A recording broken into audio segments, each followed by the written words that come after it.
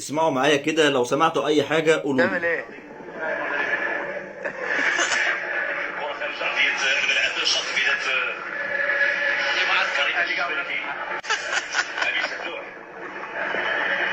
ربيع حبيبات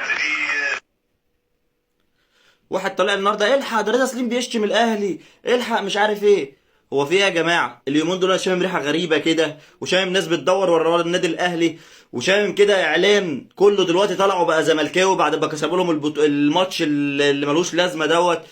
ومفكرين ان الناس بتاعت النادي الاهلي وجماهير النادي الاهلي والناس اللي بتعمل محتوى النادي الاهلي عشان زعلانين، وطلعوا زعلانين في اليومين اللي فاتوا عشان ناديهم وعشان لاعبتهم اللي هم هيمشوا ورا اي حاجه. انا سمعت الفيديو 7000 الف مره، انا مش فاهم منه ولا كلمه. يعني لو حد فاهم منه كلمه يقول لي في الكومنتات ايه هو سمع ايه بالظبط. لا، احنا واقفين مع نادينا وواقفين مع ادارتنا وواقفين مع لاعبتنا اللي هم بيركزوا دلوقتي جامد جدا عشان ان شاء الله هنكسبوا السوبر المصري، وباذن الله هنكسبوا العين الاماراتي في بطوله كاس العالم للقارات الانديه.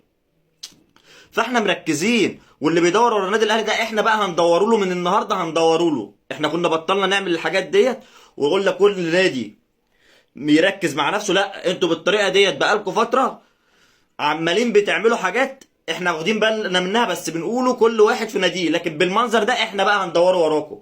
لكن بالنسبه لجماهير النادي الاهلي ولاعيبه النادي الاهلي وادارتها مركزين، ومفيش انتقاد، خلاص انتهى الانتقاد، وقته انتهى.